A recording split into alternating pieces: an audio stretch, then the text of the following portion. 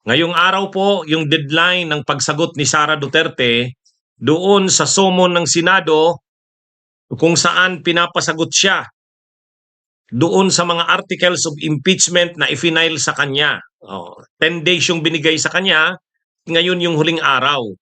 Kanina nung nag-discuss tayo, wala pa yung kanyang sagot.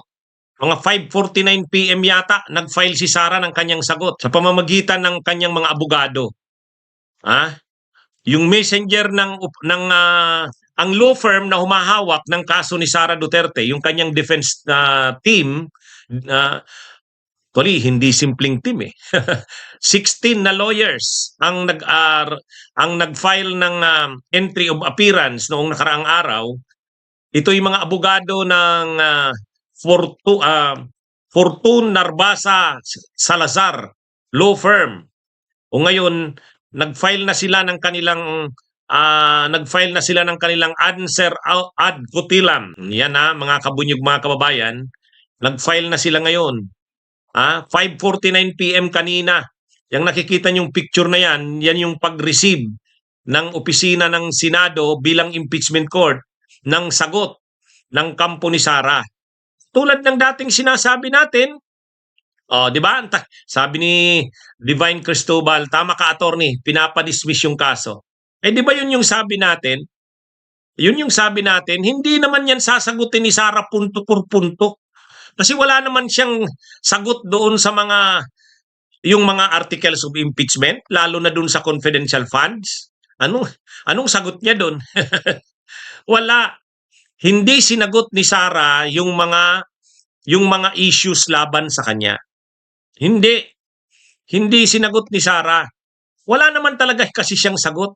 Katulad nung nangyari doon sa House of Representatives, umiiwas si Sara, panay palusot. Tapos nung pinatawag yung kanyang mga tauhan, isa-isang nagkakasakit, isa-isang nagkaka-high blood, hypertension, dinala sa doktor. Ngayon na naman, sumagot nga si Sara Duterte ngayong huling araw, pero ang sagot niya, pagpapadismiss. Pagpapadismiss. Yung sinasabi niyang bloodbath, wala. Anong bloodbath? Magkakaroon ba ng bloodbath na ganyan? Atras ka sa laban? Di ba? Wala. Pag sinabi mong bloodbath, ibig sabihin, yung mga akusasyon sa'yo, isa-isa mong sasagutin. Yun ang maganda doon. Para malinis mo talaga yung pangalan mo, ipakita mo na walang katotohanan yung mga aligasyon na yan. O sige, ilan yan? Ano-anong mga articles of impeachment yan? Number 1, number 2, number 3, 7 yun eh. Bawat isa doon sa 7, sasagutin niya. Hindi yun. Ang ginawa ni Sara, ng abogado niya, alam na natin ganyan ang gagawin niya eh. Ang sinagot ng kanyang mga abogado, ipadismiss ang impeachment dahil daw, yun, yung paulit-ulit nila, 1-year bar rule. Kasi nakalagay sa konstitusyon, isa lang na impeachment ang dapat i-file sa loob ng 1 taon. Dito, 4 na impeachment complaints ang final. 4. Di ba? May first impeachment complaint, may second impeachment complaint, may third impeachment complaint, tapos yung huli, yung fourth impeachment complaint. Ang inendorso ng Kamara, yung fourth impeachment complaint. Kaya ang sinasabi ng mga abogado ni Sara, na-violate daw yung 1-year bar rule. Kasi hindi na lang isang impeachment complaint ang final. Yan yung Kaya dito mga kabunyog, mga kababayan, dito, ang ginawa dito ng kampo ni Sara Duterte, hindi nila haharapin yung mga akusasyon kay Sara. Inano nila ito? Iniiwasan nila. Di ba ganyan din yung sabi ko? Kahit noon naman kay Duterte sa ICC, yung sa ama, ganun din. Hindi rin naman naghahanda si Kaufman, hindi naman para sagutin yung mga issue kay Duterte. Hindi. Pinapadismiss din nila sa issue din ng jurisdiction. Yan yun. Kaya yung mga accountability, wala yan sa bokabularyo ng Duterte. Accountability, ang ibig sabihin ng pananagutan, pagpapanagot, anong akusasyon nyo sa akin? Sasagutin ko. Sige. I-present yung ebidensya nyo kung mayroon kayong ebidensya. O, ganun. Yun sana ang gustong makita ng taong bayan eh. Para maklear ni Sara ang pangalan niya. Dito hindi eh. Dito hindi. Pinapadismiss ng kampo ni Sara ang impeachment, hindi dahil walang basihan yung mga akusasyon sa kanya. Walang ebidensya. Wala, hindi yun. Ha?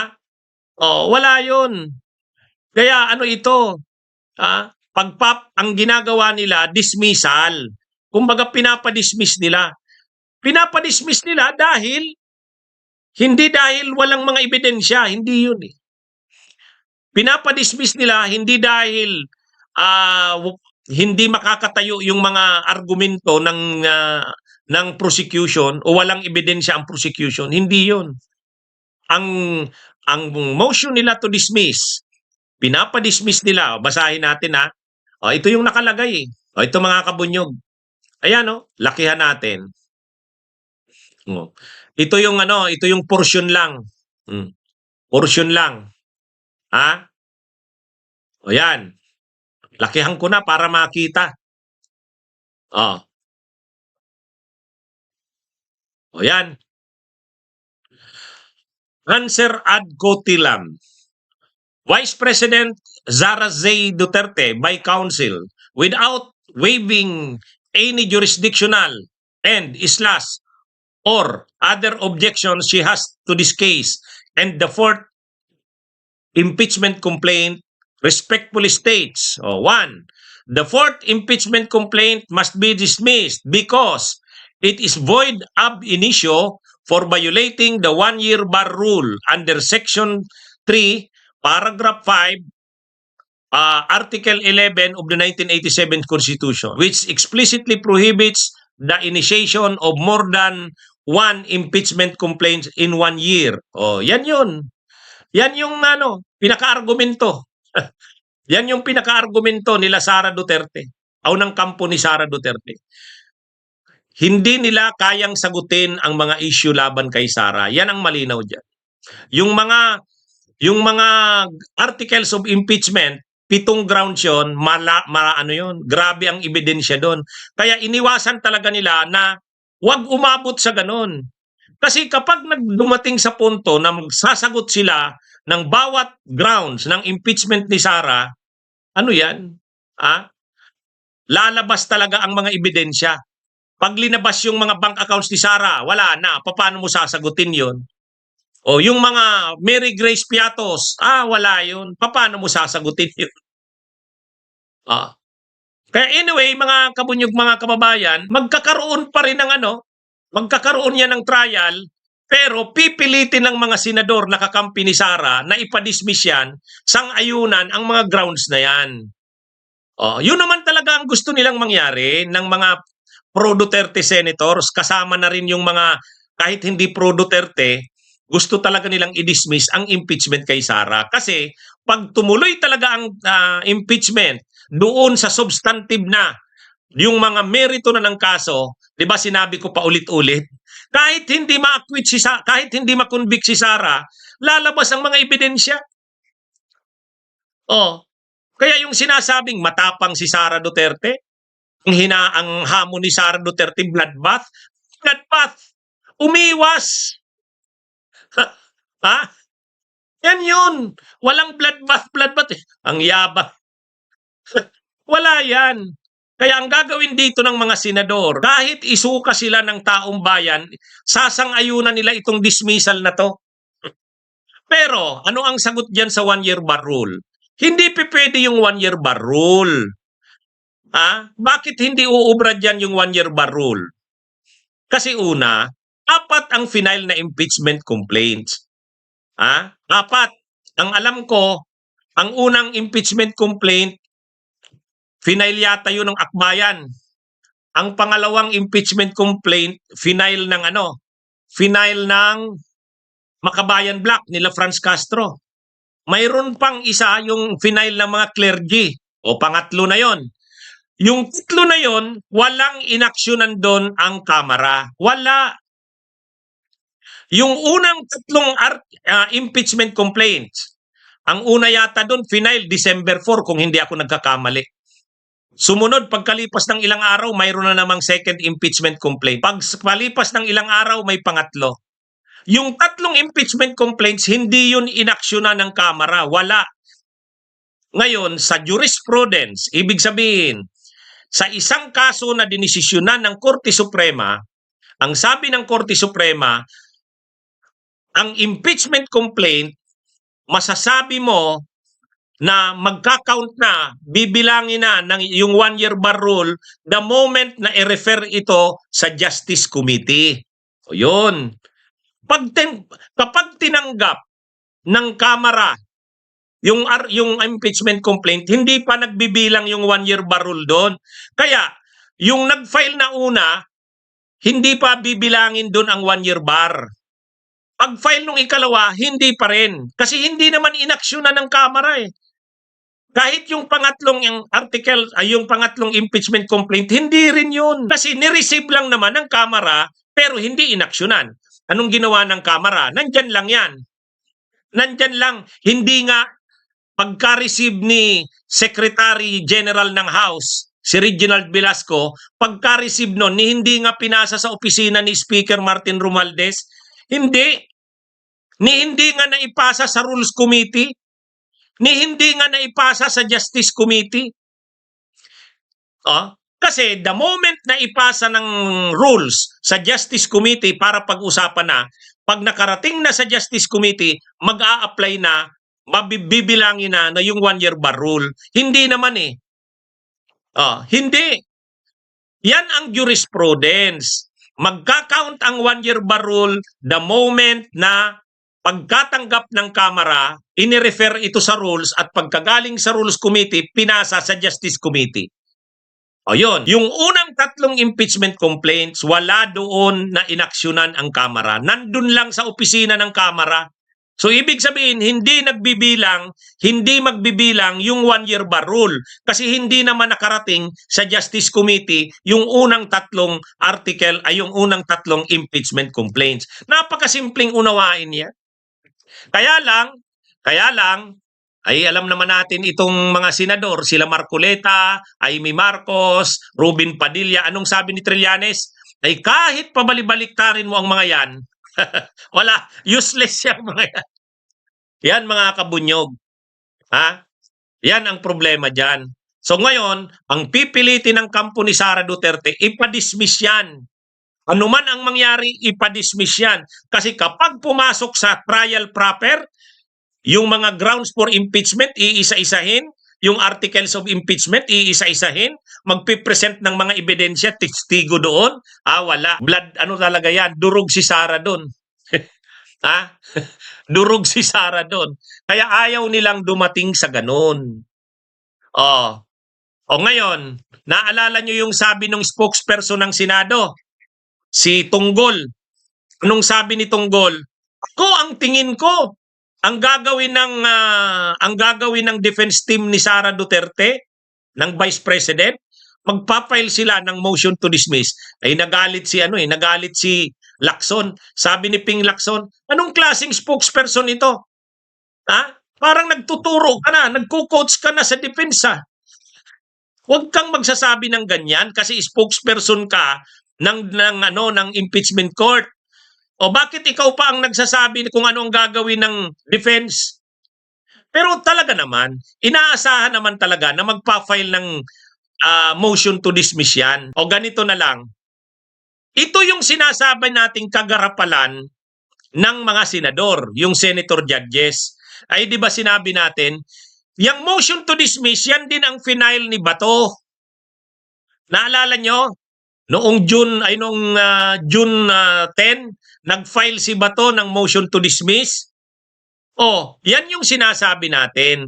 Dapat hindi si Bato ang mag-file ng motion to dismiss. Dapat yung abogado ni Sara. Ito na. Ito na yon. Ngayon, paano yan? Paano ka makaka-expect kay Bato na maging fair? Paano ka makaka-expect kay Bato na magiging impartial? Siya pa nga lang, nag-file na ng motion to dismiss. Diba? Yun nakikita nyo na yung kainutilan nila Bato de la Rosa. Kaya natin sinasabi noon, anong klaseng judge ito? O tingnan nyo ngayon, nag-file yung abogado ni Sara ng motion to dismiss. Anong inaasahan mo kila Bato? Di alam mo na kung ano ang magiging desisyon nila kasi sila pa nga ang nag-file ng motion to dismiss noon, di ba? Kaya walang aasahan. Ano ito? Ayaw managot ni Sara. Ayaw managot ni Sara. Kasi para sa kanila, ayaw nilang dumating sa punto na iisa-isahin yung mga articles of impeachment kay Sara. Kasi kapag inisa-isa yon, lalabas ang mga ebidensya. No? Pag lumabas ang mga ebidensya, tapos i-acquit ng mga senador, nakakahiya sila sa taong bayan. Yan ang totoo dyan. Ganon din ang ginagawa ni Kaufman kay Digong Duterte sa ICC. Di ba? Ano naman ang issue ni Kaufman? Walang jurisdiction ang ICC. Ganyan din dito eh. Walang jurisdiction ang impeachment court dahil void ab initio. Ang ibig sabihin ng void ab initio, from the outset, sa simula't simula pa lang daw, yung fourth article, yung fourth impeachment complaint, ay null and void from the outset. Ibig sabihin, void ab initio. Null and void from the outset. Sa simula pa lang, hindi na siya null and void na. Wala nang bisa yung impeachment na yan. Yung impeachment complaint. Yan ang sinasabi ng mga abogado ni Sara. Ang problema, napansin nyo, ano ba ang final ng mga abogado ni Sara? Pag motion to dismiss. Ano ang final ni Bato de la Rosa? Motion to dismiss. Naalala nyo yung final ni Bato nung June 10? Motion to dismiss. Ito na yung sinasabi natin. Bakit magpa-file si Bato de la Rosa ng motion to dismiss samantalang judge siya? Di wala ka nang aasahan na magiging impartial sila Bato. Kaya nga sabi ni Trillanes, useless na yan sila Bato eh. Kaya lang, ang mangyayari dito, mukhang sila Chis Escudero nakakumit din na ipapadismiss. Ang kapalit niyan, Senate President pa rin si Chis Escudero. Yun. Siyempre, para maging Senate President si Chis Escudero, kailangan makuha niya ang suporta ng mga pro-Duterte Black Senators. Si Bongo, si Bato, Marcoleta, Padilla, Aimee, si Camille Villar, si Mark Villar, yan. Tapos siyempre si Chis Escudero, mayroon din siyang core, mayroon din siyang mga senador na kasama niya, yung kanya naman na bit-bit, yung grupo niya.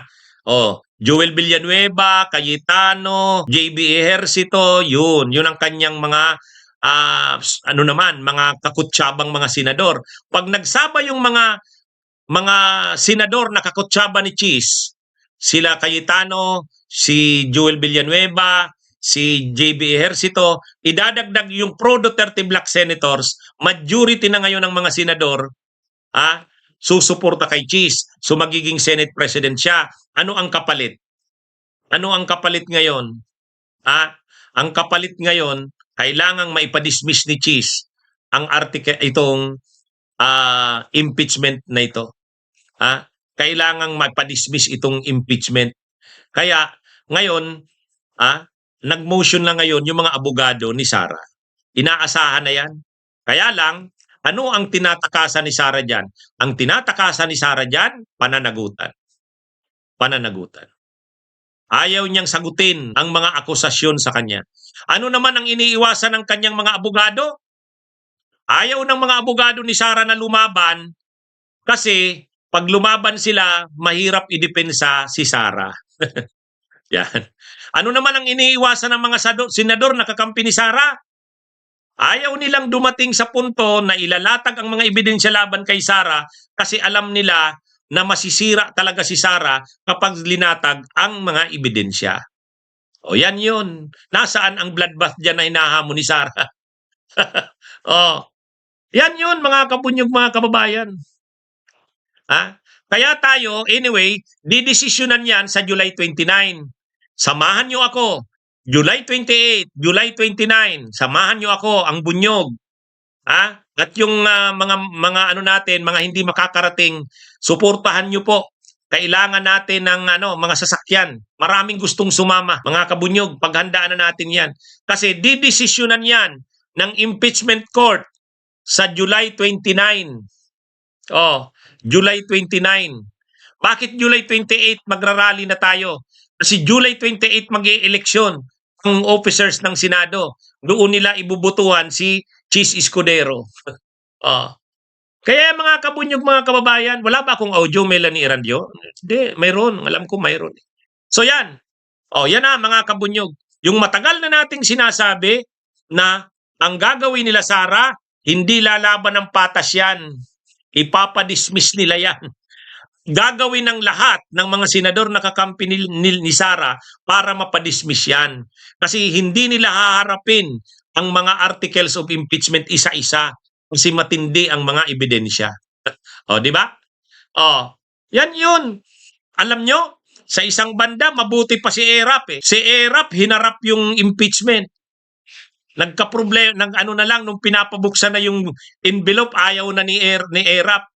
Ayaw na, saka yung mga senador na kakampi ni Erap, ayaw nilang pabuksan yung second envelope. Pero, hinarap ni Erap yung impeachment. Ganon din si Corona. Si Corona, hinarap talaga hanggang sa matapos. Hinarap ni Corona. Kaya lang, talagang matindi. Na-expose si Corona doon. Kahit ang iniisip ni Corona, walang ebidensya sa kanya. Nang inilabas na ngayon yung mga dollar accounts niya, wala nang nasagot si Corona. Bakit hindi nakadeclare itong dollar accounts mo? Ang laki pala ng laman ito. Wala nang nagawa si Corona doon. Kahit Chief Justice siya, wala na. Kaya yung mga kakampi ni Corona ng mga senador, nung una, kakampi pa ni Corona, wala na, mapapahiya na sila pag binutuhan pa rin nila na i-acquit si Corona. Yan ang ayaw mangyari ni Sara Duterte. At least si Erap nagpailalim sa impeachment, hinarap ang pananagutan. Bagamat sa huli, ayaw pabuksan yung envelope. Si Corona, nanagot. Hinarap ni Corona yung pananagutan. Kahit sa bandang huli, natalo siya dahil talagang maraming mga hindi siya naipaliwanag. Yan ang ayaw ni Sara. Ayaw ni Sara niyan. Kasi kapag hinarap niya yan, lalabas ang mga ebidensya laban sa kanya, wala naman siyang maisagot. Wala naman siyang maisagot. Kahit yung mga abogado niya, ano naman ang isasagot natin dyan? Matatalo lang tayo. Pero imagine niyo nagbayad ng pagkamahal-mahal si Sara Duterte sa mga abogado, tapos ang gagawin lang pala ng mga abogado niya, motion to dismiss. Diba? Yan mga kabunyog ang mahirap sa atin dito sa Pilipinas. Ang mga tulad nila Sara Duterte na walang konsepto ng pananagutan. Sa kanila, kahit maglustay sila ng pera ng bayan, gaano pa man kalakihan, si Duterte, kahit na mag-order siya ng pagpapatay ng marami nating kababayan, ayaw nila yung panagutan. Ayaw nila yung panagutan. Ang gagawin nila, lulusutan nila yan sa pamamagitan ng teknikalidad. Dito, teknikalidad dito pero hindi yon sa totoo lang. Hindi nga pwedeng masabi yung 1-year bar rule kasi hindi naman ini-refer sa Justice Committee. Totoo, may 3 impeachment complaints na final. Pero yung 3 impeachment complaints, hindi naman inaksyonan ng Kamara. Ang sabi ng Korte Suprema, sa isang desisyon nito, kailan bibilangin yung 1-year bar rule? Kapag ni-refer na ang impeachment complaint sa Justice Committee, hindi na pwedeng mag-file ng another impeachment complaint within 1 year. So saan ang pagbibilang? Saan magsisimula? The moment na ni-refer sa Justice Committee. Ang tanong, yung bang 3 articles of impeachment na naunang impeachment complaints, yung 3 impeachment complaints na final nung December at unang araw ng Enero, final ba ito? Na-file ba ito sa Kongreso? Yes! Tinanggap ng Kongreso. Ministerial naman yun Alangan naman may nagpa-file ng impeachment complaint, hindi tatanggapin ng Kamara. So tinanggap ng Kamara, pero hindi inaksyonan. Hindi ni-refer sa rules, hindi ni-refer sa Justice Committee. So ibig sabihin, hindi nag-count yung 1-year bar rule. O yan yun. Yung fourth impeachment complaint lang ang inaksyonan. Ang dali lang naman unawain sa ordinaryong tao, napakasimple. Bakit ang hirap unawain ng mga abogadong ito? Ha? Oh, yan yun. Sa totoo lang, ano ito mga kabunyog, mga kababayan? Ang dapat sanang ginawa dyan ni Sara, kung gusto niyang maklear ang ano niya, harapin niya. Parang katulad ng ginawa ni Laila de Lima. Hinarap yung kaso laban sa kanya. Alam nyo, itong mga tao ni Duterte, lahat patakas, lahat paiwas. Si Roque, anong ginagawa? Nagtatago doon sa the Netherlands. Nagtatago sa nag-a-apply ng political asylum. Kasi alam niyang matibay ang ebidensya laban sa kanya. 'Di ba? Si Kibuloy nagtago sana doon sa kanyang compound. Kaya lang hindi talaga siya tinantanan ni Torre. Si Duterte ayaw din sanang sumama sa ICC. Nung nakita niyang desisyonado si Torre, wala silang nagawa. Kasi alam nila, si Duterte, si Digong, alam niya na matibay ang mga ebidensya sa kanya. Nandun si Las Cañas, nandun si Matubato. Ang dami-daming mga audio recordings, ang dami-daming mga dokumento. Grabe ang ebidensya kay Digong. Alam diyan din ni Kaufman. Kaya ang ginagawa ni Kaufman, kung ano-ano na lang na paraan, pinapadisqualify yung mga judges, yung mga testigo, hinihinga ng mga ID na government-issued IDs, kung ano-ano. Tapos ngayon na naman, ang ginagawa na naman, dismissal dahil wala daw jurisdiction ng ICC. Wala. Talagang ang mga Duterte umiiwas sa pananagutan. Yan ang malinaw dyan. Nasaan? Tama si Jefferson Lee. Nasaan ang bloodbath na sinasabi ni Sara? Wala. Kaya ito, shout out Arnel Daliba. Kaya ito mga kabunyog, nakakalungkot. Kasi tayong mamamayan, naghihintay tayo. Gusto nating makita ang paliwanag ni Sara sa mga akusasyon sa kanya. Yun sana. Doon dapat niya linisin ang ang kanyang pangalan. Dito hindi. Ang ginagawa nila Sara, ipapadismiss nila ang impeachment, teknikalidad. Ngayon, susuportahan yan ng mga senador na hindi naman judges kundi abogado din ni Sara. 'Di ba? Si Bato de la Rosa, ano tong final ngayon ng mga abogado ni Sara, 'di ba? Motion to dismiss. Ayan din ang final ni de la Rosa, motion to dismiss din. Ano nga asahan natin ngayon? Wala. Pero ang hindi naintindihan diyan, mga kabunyog, ano pa man ang gawin nila, ibig sabihin nito, tumatakas si Sara. Takot, yun. Duwag na harapin ang mga akusasyon sa kanya. 'Di ba? Shout out sa Lawak States of Pangasinan, Solid North Luzon, January 7-8. Yan mga kabunyog, mga kababayan. Yan, imagine niyo gumastos ka ng pagkalaki-laki sa mga sa mga abogado mo, motion to dismiss lang. Kahit si Sara, pwede niya nang gawin yan. Kahit si Sara, pwede niya nang gawin yan. 'Di ba? Kaya anyway, may na ba ito? May pag-asa pa ba na matuloy pa rin ang impeachment trial? Ibig sabihin, yung talagang mga akusasyon si Sara, sagutin niya, yes, magpakita tayo ng pwersa. Ipakita natin sa July 28, 29, ipakita natin, ayaw ng taong bayan na i-dismiss yan ng Senado. Ipakita natin, pag dinismiss yan ng mga senador, sa teknikalidad na yan, yan, sasapuin nila ang galit ng taong bayan. Yan yun. Ipakita natin ang pwersa natin. Para mapilitan ang mga senador na huwag i-dismiss yan at tumuloy sa trial. Yun ang gusto nating mangyari.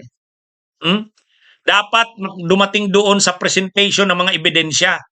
Yun. Si viral relaxation music, sama eh. 'Di ba? Kumuha pa ng 16 na abogado tapos ganyan lang. Anong klase yan? Dapat nga si Sara na lang palang gumawa niya. Motion to dismiss lang pala yan. Yung asawa niya, abogado rin, si Manscarpio. Oh, di ba? Wala. Ano ito? Tumakas sa bloodbath. Yung sinasabing bloodbath, wala. Tinta pala yun. Tinta ng pusit. Oh, di ba? Okay? O sige mga kabunyog, mga kababayan. Magandang araw sa inyong lahat. Mabuhay po tayo. Bunyog, bunyog, halikan na kasama ka. Bunyog, kapag buklod ay may pag-asa. Luzon, Visayas, Mindanao, isa ang pananaw. Sa bagong Pilipinas ang bunyog isisigaw. Bunyog.